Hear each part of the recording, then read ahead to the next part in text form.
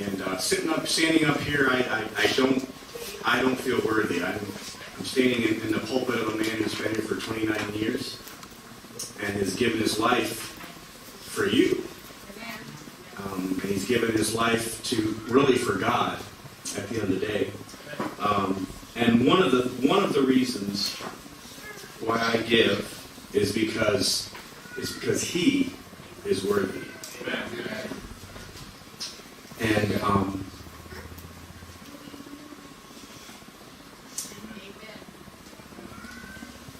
for God so loved the world that he gave his only begotten Son, whosoever believeth on him should not perish. Man, I'll tell you what. My testimony starts not from me. I know a lot of us have our own testimonies where we struggled. A lot of our testimonies we have a testimony, so to speak, of fighting the devil. But mine's not about me, and I promise you, if you think about it, none of you really, it started with you. Everybody has a testimony that started with somebody else. We got to hear the Lowell family. Their testimony started with their daughter.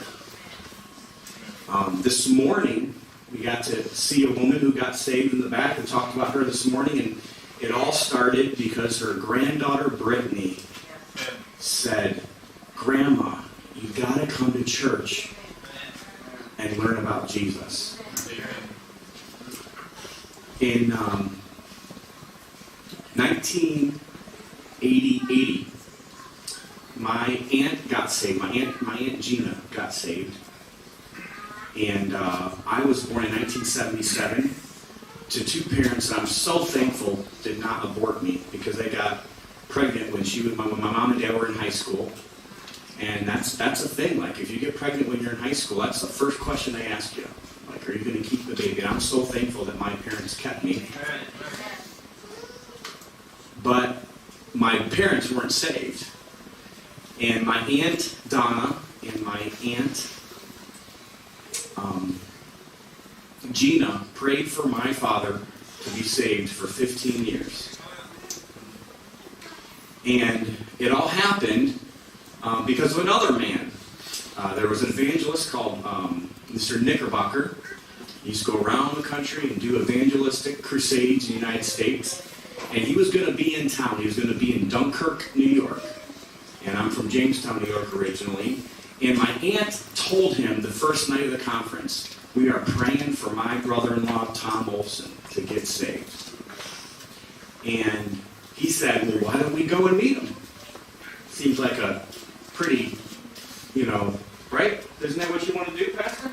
Why don't we go and meet him? So I still remember the day. My dad used to be a drummer in a semi-professional rock and roll band.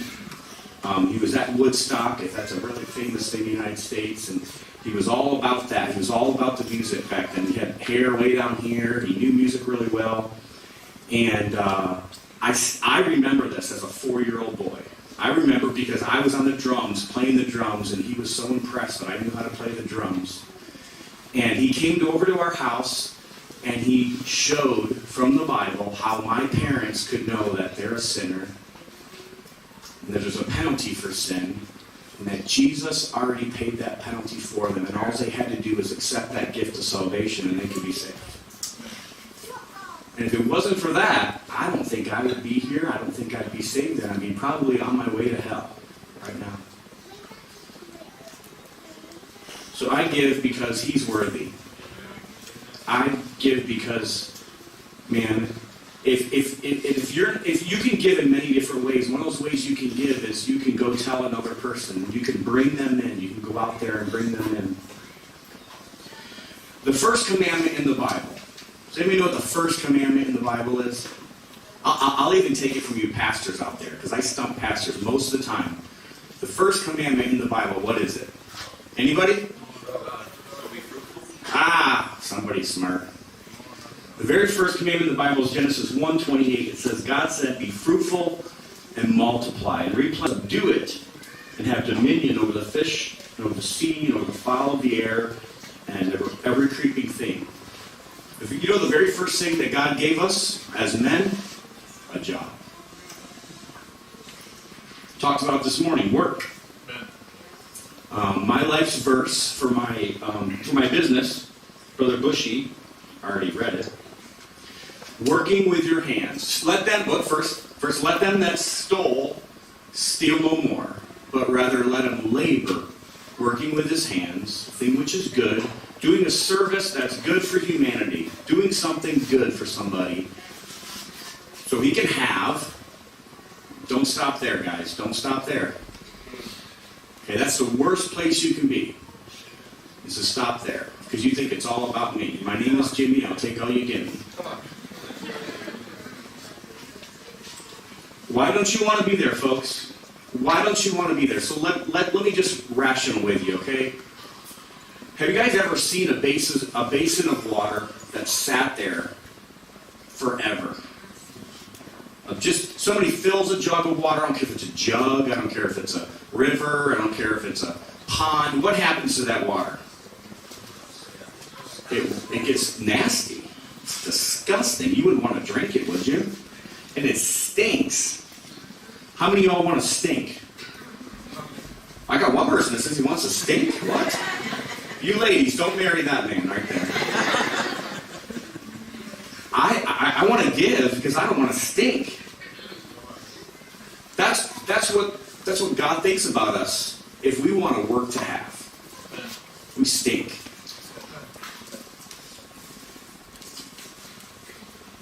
The Bible says in Matthew 6:19, lay up not for yourselves treasures in heaven, where thieves break in and steal, but lay up for yourselves treasures in heaven, where neither moth nor rust. At the end of the day,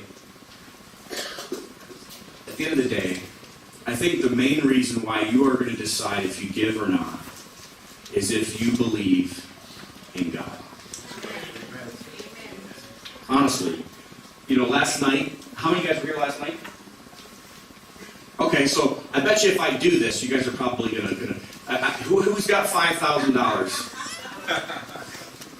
Who's got would you come up and give it to me after last night? Oh, look at this, guys, look at this. Why are you willing to do that? No, but why? Because God will bless you back. God will give you back, pressed down, shaken together, running over. Amen. Listen to this, folks. Listen to this. He wants to give because he saw the illustration last night. The very first person that gave was a little hesitant. Why am I going to give you my money? Right. All right? Now, this is where the rubber meets the road, guys. Okay? Do you really believe? So after the first person, everybody started believing. Everybody started believing Brother Bushy that he was going to give. And everybody's like, oh, I got more. Who's got more? Who's got more? Who's got more? You will be given to. Give and it shall be given to you. Do you believe it? If you believe it, then I think you're pretty stupid if you don't give. And I also think of myself as an investor. I own 9 businesses and we do a lot of real estate. And I want to get a good investment. If I'm going to go and give somebody my money, the first thing I want is I want it back. That's what it says we're going to get. We're going to get it back, and we're going to get more, because it's going to be pressed down. It's going to be shaken apart. It's going to be running over. And I'll be honest, this may not be biblical, what I'm going to say to you here. When I tithe, when I consider it my tithe, I give a little bit extra. I just want to make sure. Because you know what? God blesses us in so many ways. And the Bible doesn't say you're supposed to give 10% of your gross. It says 10%. And I think God's okay with that. I'm kind of going on a limb there. I know. And I'm not a preacher, so if I'm wrong, correct me theologically. But I'm telling you, our pastor, Brother Hiles, used to tell us, God knows that we're selfish. And giving is the most selfish thing that you can do, because you are going to be rewarded, and you're not going to just be rewarded with what you get. When I do an investment, I want the money to go out, and I want that money to come back. And then I want more money to come back. But think about it. If you could do an investment, and you could put $100,000 into something, and you not only get $120,000 back, But you also have rewards in heaven. And then, on top of that, you also have it waiting for you in heaven again. Oh my goodness. This is the best investment you can possibly put your money into. But this is the problem. Most people don't invest because they don't have. Why? 3 reasons. There's 3 things that hold us back. Number 1, fear. Right? What does the Bible say about fear? Revelation. I don't want to not give because I'm afraid. Number 2, the reason why people don't give is because they're proud. And they want to keep it for themselves. And the number 3 reason, and this gets a lot of people in this generation, folks, we're lazy. We just don't want to work. We don't want to save enough. We want to spend everything that we've got. And in order to make that happen, you've got to be able to live on less than you bring in. So why do I give, Pastor? I give because of the most foundational verse in the entire Bible. And if you don't have this verse memorized, you should have this verse memorized after tonight. It's one of the easiest verses in the Bible to remember. Genesis 1:1. In the beginning, God created the heaven and the earth. Say it with me. In the beginning, God created the heaven and the earth. One more time. In the beginning, God created the heaven and the earth. You know, if God, if I have a stack of money here right now, okay? I have a stack of this money, right? You could say I created this. You could say I made this. I went out and I earned this, right? So I made this. I created this. Does this money have any right to tell me what I should do with it? Do you think this money is going to say, well, I don't want to go to that. I don't want to go to that missionary. I don't want to go to that restaurant. I don't want to go to whatever it is. Who gets to decide where this money goes? In the beginning, God. And if that was the whole Bible, my goodness, there's a lot there. In the beginning, God created the heaven and the earth. Because that means God created me. Just like I created this money, God created me. I have no rights. I have no rights what I do with my life. I have no rights what I do with this money. God allows it. I do not own anything in this world. I'm just a steward. And I own a property management company. We manage hundreds and hundreds of homes for our investors. And that's what we do. My job is to make that property perform better than the owner would be able to make it perform. I try to act like the owner would act. I try to act in his best interest. So what am I supposed to do with my money?